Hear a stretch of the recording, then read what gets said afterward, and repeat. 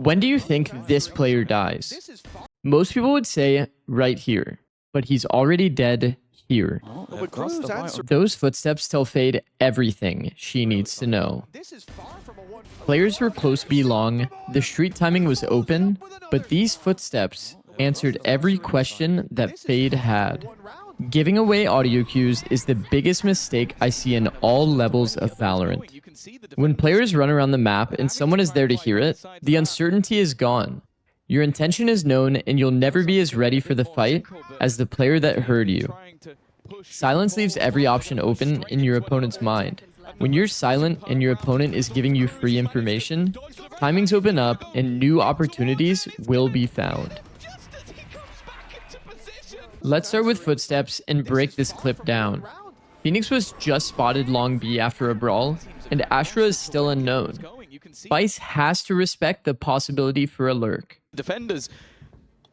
And because of those footsteps, now she doesn't. With 37 seconds on the clock, there really is no pressure to run down B long or into sight at this exact second.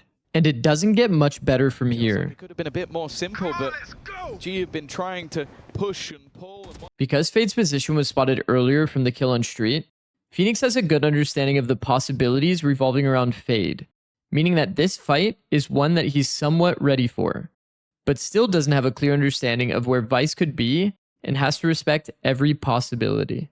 They're going to push straight into another Autumn, another superb round for him, but it's on. With the Phoenix ult running under him towards spawn and a player's footsteps heard running toward default, Crew's silence in this key moment has given him the best timing possible to be able to punish his opponent. For a second, let's imagine how this would have played out if Vice had made noise here. Both players would be staring directly at this smoke, and you would have very little possibility to play in the round. And let's also imagine how this would have felt for Vice if Astra had walked to default instead. No timing would feel open, and Vice would likely walk back to heaven and wait for the smoke to fade. A lack of footsteps in a key moment will make people respect every opportunity the enemy can take. And when you give people that crucial piece of information, it's everything they need to be certain about where you are and what you are trying to do in the round. Footsteps make the game much easier for your opponent, and the sooner you realize that, the sooner you'll understand how often you're giving away your chances at winning the round. But it's not only footsteps, it's all types of audio. Let's check out this clip between NRG and Sheila Gaming. To quickly analyze the situation, Lysor is in a 1 versus 2 retake where the enemy has to respect 3 gaps: spawn, waterfall, and flank. Energy has to respect those possibilities and end up being in positions that give an isolated fight. But when Lysor pops the door, there is no more uncertainty. Now it's 2 players that can put their full attention onto 1 gap. And in fact, they quickly make a high-low setup. Any chance that Lysor had of taking an isolated duel on a player that is 1 health is no longer going to exist in the round unless the enemy makes a massive mistake. Energy in a 4v5 understands that silence enables gaps to create more pressure on the map, so they decide to fully contact into the A bomb site, finding it completely wide open. Fade's position is one that is easily traded out by multiple players if they are able to get close. With a bit of unlucky timing here on the shots against Astra, this one piece of information is fully capitalized on by NRG instantly. What isn't always obvious in these situations is that audio is such a big factor in why we make decisions when we're playing instinctually. Any small information advantage you give or are given can instantly change a round. Scuba finds some great peek on timing opportunities to cut this down to a 1v1 situation.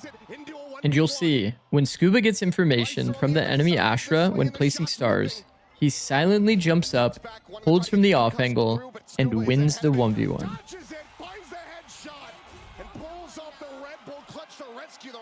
Any type of action you take that gives audio in a round is something that can be abused by your opponent if they have the right positioning. Take this clip as an example. Raise Roombas into the smoke, forcing Cypher to break it, giving away his position. Because Cypher decides to spam more bullets into the smoke and reload, Zeus's position allows him to take a round-winning timing off of one single mistake in audio. To be able to take advantage of these kinds of situations yourself, positioning is everything. Imagine the world that Zeus didn't decide to take this risk in the round and go into the generator smoke.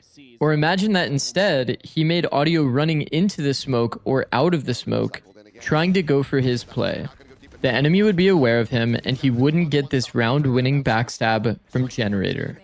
Giving audio cues is best when it's intentionally abused to find advantages in a round.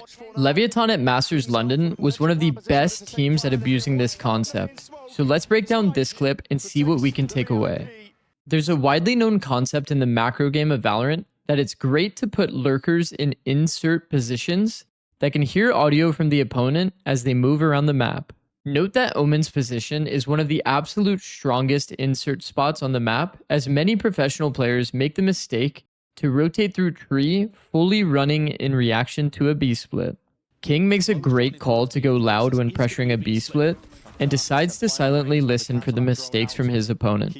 Now to replay that reaction, you'll see that King immediately hears Neon sprinting away, and Omen TPing to take a faster rotate. This is one of the easiest punishes in macro. Hear the rotate and call people back. But it gets even deeper than that.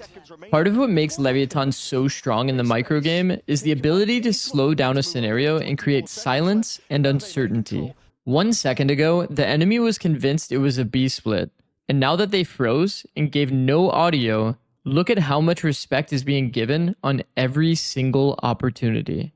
Sova's worried about lane, Cypher's worried about stairs, Neon's thinking it could be a spawn push, Omen's ready to blind top mid, and Jet is still respecting the fact that Omen hasn't shown on the map and could be an A main.